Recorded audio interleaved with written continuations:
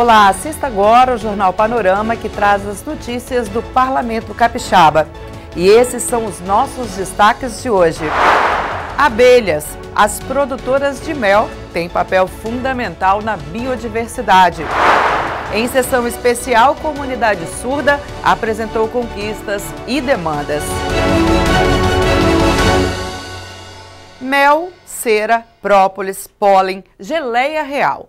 Todos esses alimentos vêm das abelhas, mas seu valor na cadeia alimentar vai muito além. Elas têm apenas cerca de 7 milímetros, mas são animais poderosos e de grande importância para toda a humanidade. Além de produzirem mel, própolis e cera, as abelhas são fundamentais para a biodiversidade, a medicina e a manutenção da cadeia alimentar do planeta. Todo o equilíbrio global seria afetado sem as abelhas e a vida da maioria das plantas estaria comprometida, colocando em risco a sobrevivência humana. Segundo dados da Organização das Nações Unidas, 1/3 dos alimentos vegetais produzidos são resultantes da polinização realizada por esses insetos. O desaparecimento das abelhas traz um risco, principalmente no sentido alimentar da humanidade, né? Exatamente por causa desse seu papel na polinização e na manutenção, né, das matas, na manutenção das florestas. Segundo Fabian, o Espírito Santo conta com a maior parte das abelhas que existem no Brasil.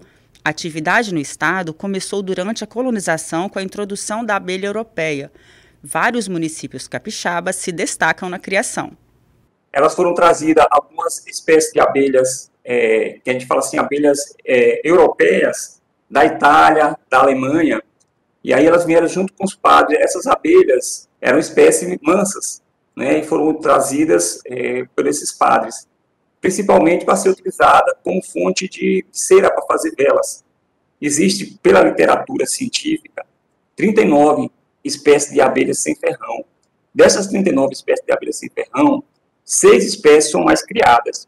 Então, nós temos a possibilidade de produzir 6 tipos de méis de diferentes espécies de abelhas sem ferrão no Espírito Santo. Além de ser benéfico para o meio ambiente, a criação de abelhas pode ser um bom negócio para o bolso e até para a saúde mental. É o que ensina o Rogério Caldeira. Há 4 anos, ele tem um meliponário, que é a criação de abelhas sem ferrão. O projeto é desenvolvido no centro de Vitória e envolve um trabalho de educação ambiental com escolas da região. As abelhas nativas brasileiras eu conheci em um passeio na região de Montanha do Espírito Santo. É uma região muito rica em diversidade biológica, tanto de orquídeas como de abelhas e outras espécies de plantas e animais, né? Eu conheci uma abelha chamada mandaçaia, uma preta muito bonitinha, e aí eu tomei gosto por elas, mas até então não havia adquirido. Quando foi em 2016, em virtude de um acidente, eu fiquei mais em casa e passei a estudar sobre as abelhas. E consegui descobrir a Associação Capixaba de Meliponicultura, onde eles trabalham com as abelhas nativas e trabalham ensinando, compartilhando experiências. Foi daí que eu abri o meliponário aqui, montei o meliponário. Na realidade, a gente já tinha um trabalho de educação ligado à arte. E aí nós vimos, como as abelhas nativas, uma possibilidade do trabalho se ampliar para a educação ambiental. As abelhas no geral, mas em particular as nativas, que são as abelhas do Brasil verdadeiramente, elas são abelhas que têm um potencial de aproximação muito grande das crianças e adultos sem causar danos. E isso é uma possibilidade de falar sobre poluição, falar sobre alimentação, sobre polinização. Então ela vira um tema gerador muito interessante para o trabalho de educação ambiental. No Espírito Santo, a atividade é normatizada pela Lei nº 11.077 de 2019, resultante de uma iniciativa da deputada Janete de Sá. Outros projetos para proteger as abelhas tramitam na Assembleia Legislativa. Um deles é o projeto de lei número 237 de 2019 do deputado Gandini.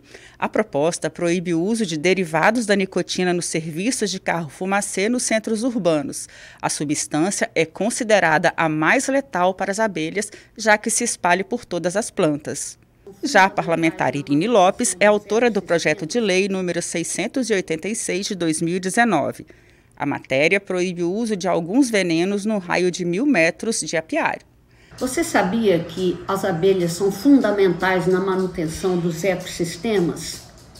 E no estado do Espírito Santo, mais da metade das abelhas nativas já foram mortas pelo uso indiscriminado de venenos. Nós estamos numa luta para recuperar as abelhas capixabas. Venha conosco nessa luta. Manter as abelhas é manter equilibrado o meio ambiente. A ideia de todas as propostas é preservar essa espécie tão pequena, mas fundamental para a nossa existência. Setembro Azul, mês da visibilidade da comunidade surda. Conscientização sobre acessibilidade, comemoração das conquistas e apresentação das demandas. Essa foi a pauta da sessão especial realizada na Assembleia na quinta-feira, 30 de setembro. O deputado Dr. Hércules, presidente da Comissão de Saúde e Saneamento, foi o proponente da sessão especial. Ele enfatizou que os órgãos públicos e a sociedade precisam olhar para as pessoas surdas, pois elas estão esquecidas. Nós temos um trabalho de muitos anos sobre a inclusão e para que as sessões também fossem transmitidas em sinais de Libra, para que a comunidade surda pudesse saber o que o deputado está falando. Então essa sessão de hoje é o Setembro Azul, que é uma lei também, um projeto de lei da minha autoria que está em tramitação, é um projeto nada mais, nada menos do que mostrar que nós precisamos, o serviço público, as autoridades, os políticos têm que olhar para essa comunidade que são esquecidas. Então a finalidade da nossa sessão hoje é essa, inclusão, inclusão e inclusão. Um órgão que tem realizado várias ações para pessoas com deficiência, inclusive as surdas, é o Ministério Público do Trabalho. O procurador Valério Soares Eringer explicou algumas dessas atividades. Nós começamos com a lei de inclusão de pessoas no mercado de trabalho, a lei de cotas, ok? Que estabelece um quantitativo de pessoas com deficiência obrigatório nas empresas com mais de 100 trabalhadores. Então isso nós começamos lá em 2001 e o nosso propósito ele veio aumentando, né? E hoje nós temos uma série de projetos importantes aqui no Estado do Espírito Santo com relação à pessoa com deficiência. Nós temos o Reconecta, que é uma conferência, exposição, que nós realizamos em 2019, 2020. No ano passado ela foi virtual. Na de 2019, presencial, em Vila Velha, nós reunimos 11 mil pessoas, né? E aí nós damos oportunidade a todas as pessoas com deficiência, por suas organizações, associações, institutos, de se colocarem num só lugar, para poder receber conhecimento, palestras, shows, workshops, produzir as suas criações, né? Nós também temos uma revista em quadrinhos, que é o MPT em Quadrinhos, acessível pela internet, já com 60 títulos, alguns deles sobre pessoas com deficiência, né? E essas revistas, temos também desenho animado, que são baixados na internet por qualquer pessoa. Exemplo de que a comunidade surda procura conquistar seu espaço é Thalita Moser, de 21 anos. Em 2019, foi campeã mundial na Suíça pela Seleção Brasileira de Futsal para Surdos. Eu comecei com 5 anos de idade na rua, jogando com todo mundo, brincando. E quando surgiu também a Associação de Surdos, eu comecei a treinar também, participar de vários campeonatos de Copa Brasil também, em Betim, depois em Uberlândia. Então fui participando até chegar e um olheiro me escolheu para participar da seleção e eu fiquei muito feliz, viajei, participei do Mundial na Suíça, né? Fomos campeões, a seleção feminina foi campeã, então é isso aí. Veja no Tribuna Livre os pronunciamentos dos deputados durante as sessões ordinárias. A apresentação é do repórter Vanderlei Araújo. Um dos assuntos repercutidos pelos deputados esta semana em plenário foi o veto do presidente Bolsonaro à inclusão de municípios capixabas na região da Sudene, a Superintendência de Desenvolvimento do Nordeste. O presidente da Casa, deputado Eric Musso, destacou a importância da mobilização da bancada federal capixaba na derrubada do veto governamental. Parabenizar a bancada federal em nome, fazer esse registro, né? O deputado Evair me ligou, mas também o deputado da Vitória acabou de publicar. Então, o nome do deputado Evair, que é vice-líder do governo federal, e em nome do deputado da Vitória, que é o coordenador da bancada federal, eu quero fazer o registro da derrubada do veto da questão da Sudene, né, que entra então aí Aracruz, Itaguaçu e Tarana. O governador Lindenberg já estava validado, né? E foi feita a derrubada agora do veto, num acordo com o governo, agradecendo e parabenizando aí o trabalho de todos os deputados federais, senadores, por esse importante momento aí para esses 4 municípios capixabas. Deputado Eric, se Vossa Excelência me permite, eu quero lhe parabenizar por dar essa notícia nesse momento no plenário, e para o Estado do Espírito Santo. Essa notícia ela tem uma grandeza, uma dimensão, uma capacidade de desenvolver economicamente essa região, mas sobretudo o Estado do Espírito Santo, gerar emprego, renda, inclusão social. Essa notícia tem um alcance muito grande, muito forte. E agora sobre educação, o deputado Sérgio Majeski cobrou empenho do governo estadual no cumprimento da meta 17 do Plano Nacional de Educação. A meta determina equiparar o rendimento dos profissionais do magistério ao dos demais profissionais que têm escolaridade equivalente. A meta 17 do Plano Nacional e do Plano Estadual de Educação diz claramente que até o 5º ano de vigência do Plano Estadual e do Plano Nacional de Educação, os profissionais de educação devem ter um salário equivalente à média salarial de profissionais com a mesma formação.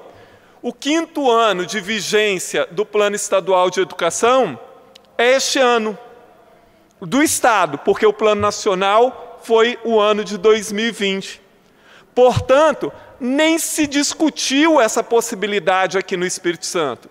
Portanto, nós não estamos falando de que o Estado deva dar uma recomposição salarial qualquer aos professores. Nós estamos dizendo que o Estado deve cumprir a meta 17 do Plano Estadual e do Plano Nacional de Educação, que prevê que os profissionais de educação devem ter um salário equivalente à média salarial de profissionais com a mesma formação. E ainda na área do ensino, mais especificamente sobre o reajuste salarial do magistério público, o deputado Bruno Lamas cobrou do Supremo Tribunal Federal o fim do impasse entre normas federais que estaria dificultando ao governo do estado conceder esse reajuste salarial aos profissionais do magistério capixaba. Se eu tivesse como fazer um pedido hoje, eu faria ao Supremo Tribunal. Eu faria ao ministro Alexandre de Moraes, que é o relator de uma ação proposta pelo governo do Estado do Espírito Santo, solicitando uma interpretação tanto da Lei 173, uma legislação federal, quanto de uma medida provisória 08. Por quê? Porque uma conflita com a outra. Uma proíbe o reajuste e outra solicita o aporte de no mínimo 70% dos recursos do Fundeb com o pessoal. Mas já aqui no nosso estado, esse estado é um estado que as instituições elas dialogam, eu gostaria de parabenizar e agradecer o trabalho do Tribunal de Contas, do presidente ao relator, a todos os servidores. Porque o Tribunal de Contas do Estado, que foi demandado, foi o governo do Estado do Espírito Santo, através da Procuradoria, através da SEDU, usando a Procuradoria, que solicitou ao Tribunal de Contas o direito, a autorização para conceder o reajuste do magistério. Então, hoje, se nós não temos ainda uma posição do Supremo em cima de uma ação que o governo do Estado moveu, nós temos uma posição do Tribunal de Contas, que no mesmo dia em que o Tribunal de Contas se manifestou, 10 minutos depois, o Supremo passou a relatar, através do ministro Alexandre de Moraes, a solicitação. Bom seria que o Supremo Tribunal acelerasse essa análise, essa solicitação de interpretação desse conflito da Lei 173 com a medida provisória 08. E agora sobre a seca e os riscos de apagão que causam preocupação em todo o país. A deputada Janete de Sá usou a tribuna e citou a AGE, Agência Estadual de Recursos Hídricos. Isso porque a AGE tem divulgado medidas para o enfrentamento da escassez hídricas aqui no estado. As prefeituras dos 78 municípios do Espírito Santo são recomendadas ações que reduzam e responsabilizem atividades promotoras do desperdício de água, como lavagem de calçadas, fachadas, muro, lavagem de veículos. Outra recomendação também é que, diante do cenário, é muito importante o comprometimento de todos os capixabas em um esforço conjunto de uso consciente da água, para que continuemos atravessando esse período seco até o retorno das chuvas. Voltamos ao estúdio. Uma devoção tão antiga quanto a capital do estado. Sessão solene realizada na Assembleia relembrou a origem da crença em Nossa Senhora da Vitória. 27 pessoas foram homenageadas em sessão solene que comemorou os 470 anos de devoção a Nossa Senhora da Vitória, padroeira da capital do Espírito Santo. O evento contou com a presença de religiosos, políticos e pessoas envolvidas nos trabalhos realizados pela Catedral Metropolitana de Vitória. O padre Renato Cristi, pároco da catedral, contou um pouco da história de devoção à santa. Em 1951, houve um conflito entre a colônia portuguesa e os índios nativos aqui da região, os índios goitacazes. E os índios foram vencidos e os portugueses atribuíram esta vitória a Nossa Senhora. Daí então começa a nossa devoção a Nossa Senhora da Vitória, que por isso também deu o nome à cidade de Vitória. Nossa Senhora é padroeira também da cidade de Vitória. Enfim, são 470 anos que nós celebramos, recordando o nosso passado, para viver melhor o nosso presente em vista de um futuro ainda maior. Hoje nós fazemos uma releitura desta devoção a Nossa Senhora da Vitória. Jamais Nossa Senhora se colocaria contrária àqueles mais indefesos, no caso os índios, né? Mas os portugueses atribuíram esta vitória pela devoção que eles têm à Mãe de Jesus, Mãe Vitoriosa. Portanto, Maria é sempre para nós esse modelo de mulher vitoriosa que nos aponta para Cristo. Ele é a nossa vitória. Ele ainda destacou a importância do reconhecimento do poder público às tradições da Igreja Católica. Um sinal de reconhecimento da nossa história e da valorização da Igreja, né, da religiosidade que colaborou com a construção da identidade do povo capixaba. A nossa história, ela se mistura com a história do povo capixaba. Então é um reconhecimento público desse passado e da importância da instituição para a sociedade e para a construção da identidade do povo capixaba. A solenidade foi conduzida pelo deputado Torino Marques, que reforçou o poder da fé na vida das pessoas. Para mim, como presidindo essa sessão de 470 anos da padroeira de Vitória, isso para mim é uma maravilha. E eu fico mais feliz ainda de ter sido o criador da lei da festa de Nossa Senhora da Penha, que nós temos hoje um feriado estadual que vai abranger os 78 municípios do nosso Espírito Santo. Isso fomenta, claro, o turismo, fomenta a fé das pessoas. E a Assembleia Legislativa está aqui para levar o máximo e o melhor para o povo capixaba. O Jornal Panorama de hoje termina por aqui e deixa você com imagens do grande símbolo capixaba, o Convento da Penha, que fica em Vila Velha. Um dos santuários religiosos mais antigos do Brasil, o convento guarda tesouros e testemunhos da fé. Do convento, o visitante também tem uma vista impressionante de Vitória, Vila Velha e do Oceano Atlântico. Seja morador ou turista, não tem como não se admirar com a beleza do Convento da Penha. Obrigada pela companhia de sempre e continue com a nossa programação. TV Assembleia mais perto de você.